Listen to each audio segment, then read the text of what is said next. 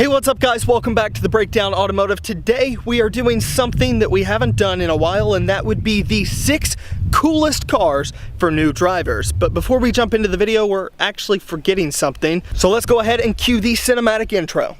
I've been in your waters.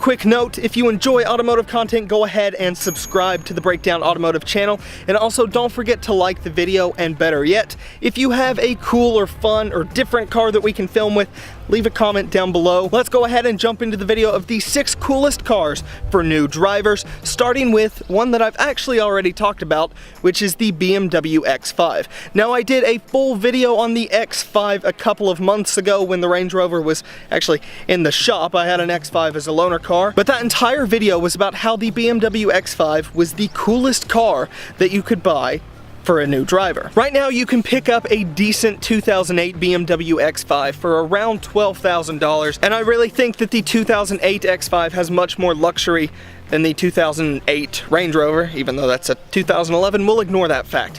But I really do think that the X5 is one of the best cars that you can buy for a new driver. They're cool, they're fun, they do pretty well in the corners, and after all, it's still a BMW. On top of that, the X5 has an extremely luxurious and spacious interior. It's pretty quiet inside, and it's a really refined ride. And on top of that, the engine and handling in this generation X5 is pretty decent for a large SUV. That doesn't mean the X5 comes without problems though, because it is still a BMW, and that means that you'll need to be looking into replacing the valve cover gaskets around 60,000 miles. Now, if you're buying a used one, which as it's now 10 years later, I would hope you are, but if you are buying a used one, make sure that that repair has been done. Aside from that though, they are pretty good cars. The only thing I would recommend doing, and that's for all of these cars, is having it inspected by a mechanic before you purchase it to make sure there's no leaking hoses or anything that typical BMWs like to do after a little while. Next up on our list is something a bit different, and actually something I have never talked about before on the channel. It's a Toyota, and it's also a Subaru, and it's actually a Scion FR-S, which has depreciated enough to, at this point, to be worth $12,500. Now, if you're looking to go fast in any way whatsoever, stay far away from this car. But if you're looking for something that's reliable and dependable and fun in the corners and decently good to drive, yeah, the FR-S is a great car. Like I said, it's just not fast, but that's a good thing actually, because your insurance will appreciate that. What they don't know is how easy the car is to modify, and one of the great things about that is you can take a car that's actually pretty slow standard and make it a pretty quick car. I've never been too huge of a fan of the FR-S and BRZ and now Toyota GT86 model lineup, but I do think they are good looking cars, and even though they're cheap and they lack a lot of the features that you may expect in a car from that year, they're still pretty good. And like I said, because it's a Toyota and a Subaru, kind of, it'll go forever. You're seeing FR-S's now come up for really cheap prices with a couple 100,000 miles on them, and they're a lot cheaper than the one on this list. But overall, I think the 2013 Scion FR-S is a great car. And as I've been talking about all of the negative parts about owning some of these cars, like oil leaks and stuff like that, the Scion is different. There really are very few common problems on the Scion FR-S, and the ones that are there can be fixed quickly and cheaply, so you really don't have too much to worry about, which is surprising for a car on my channel to actually be a good car to mention. Now, next up on the list is actually something a bit different. That's not true whatsoever. It's another BMW. Let's jump into the 2013 BMW 3 Series, more specifically the BMW 328i. BMWs are incredibly fun to drive, and even the 328i is still a fantastic car to drive, and better yet, it's going to be something that's fun to drive every single day. With the BMWs, you have the ability to change from comfort to eco to Sport Plus, and pretty much anything you want to do in the car, which means driving it every day rarely ever gets boring, unless you're on a long road trip and your back starts to hurt, because for some reason in every BMW I have ever driven, your back always starts to hurt after a while unless you're in the 7 Series. But don't buy a 7 Series. I think the 3 Series is quite possibly one of the best cars on this list, but again, that means it still has some problems as the BMW part. With that though, you'll want to make sure that your valve cover gaskets have been checked, as well as you'll want to make sure that the oil pan gaskets are not leaking. For some reason, these 4-cylinder BMWs seem to have a reputation for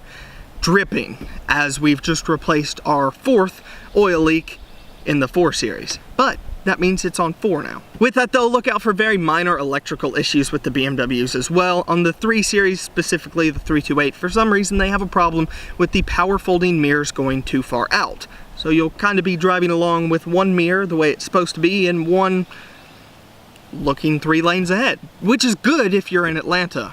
Not really good if you're anywhere else. Next up on the list too is something a bit different. Now, if you're a longtime viewer of the channel, or really if you've just been around for the past month, you will know that I have recently started a love affair with the Dodge Challenger TA.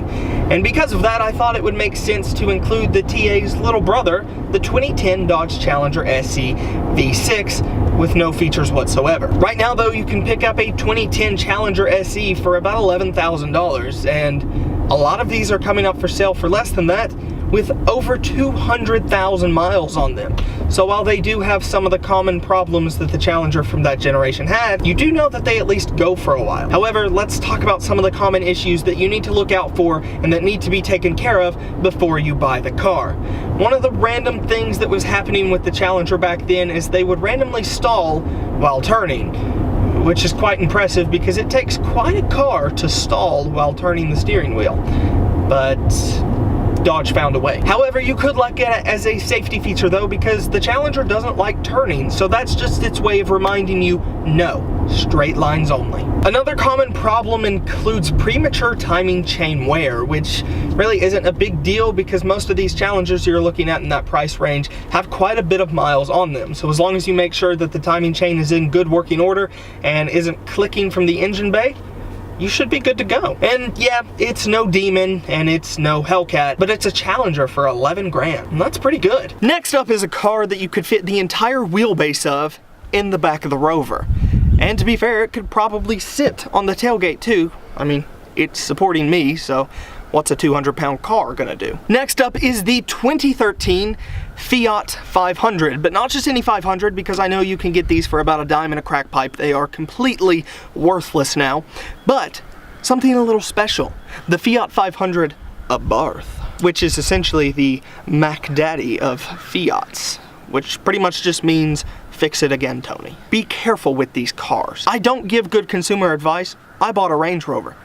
Probably shouldn't listen to me too much. Right now you can pick up a 500 Abarth for about, what?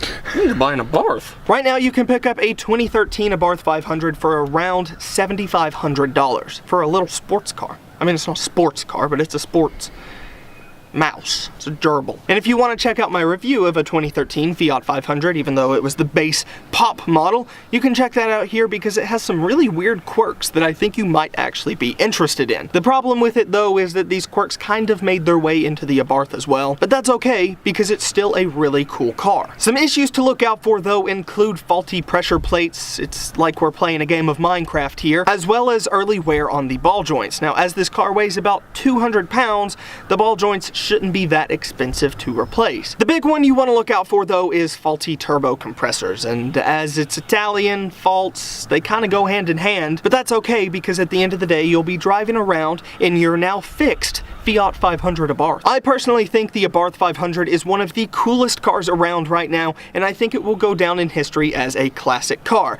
If you think about it, it has all of the indicators for becoming a future classic. It's a little quirky, it's pretty rare if we're honest, and it's fun to drive. So I think the Fiat 500 Abarth will go down in history, eventually one day becoming a classic car. Now remember, classic cars are often a pain in the ass to fix, so that means the Fiat is already a pain in the ass to fix. It's practically already a classic. And next up on the list is something to be expected from the channel.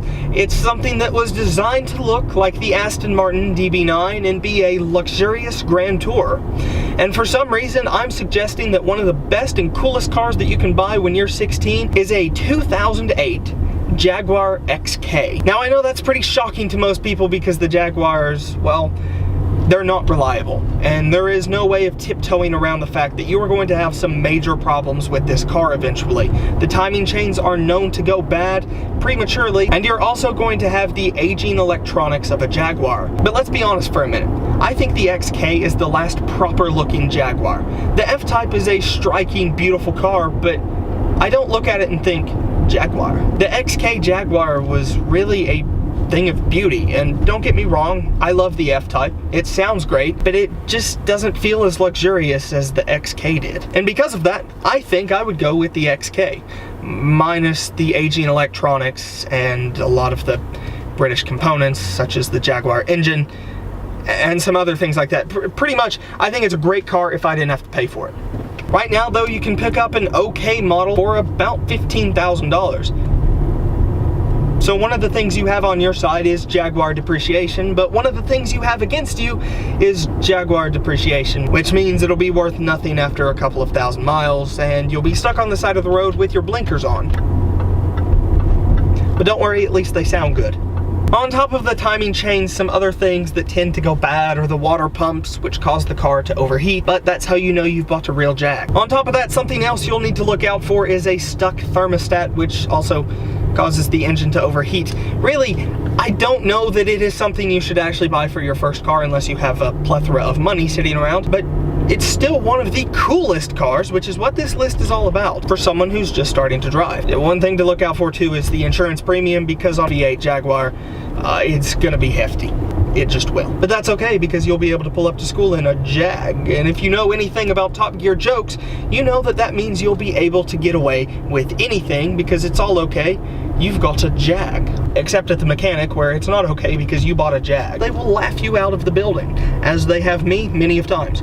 So anyway guys, thanks for watching this video on the 6 coolest cars that you can buy for a new driver, or for someone who's just starting to drive, or a 16-year-old, whatever you want to call the video, that's what will make it. So anyway guys, like I said, thanks for watching. If you enjoyed, leave a thumbs up, subscribe to the channel for more automotive content like this, and don't forget to let us know if we can come film with your cool, quirky, different car. Leave a comment down below and we'll reach out to you. Anyway guys, thanks for watching, and I will see you next time.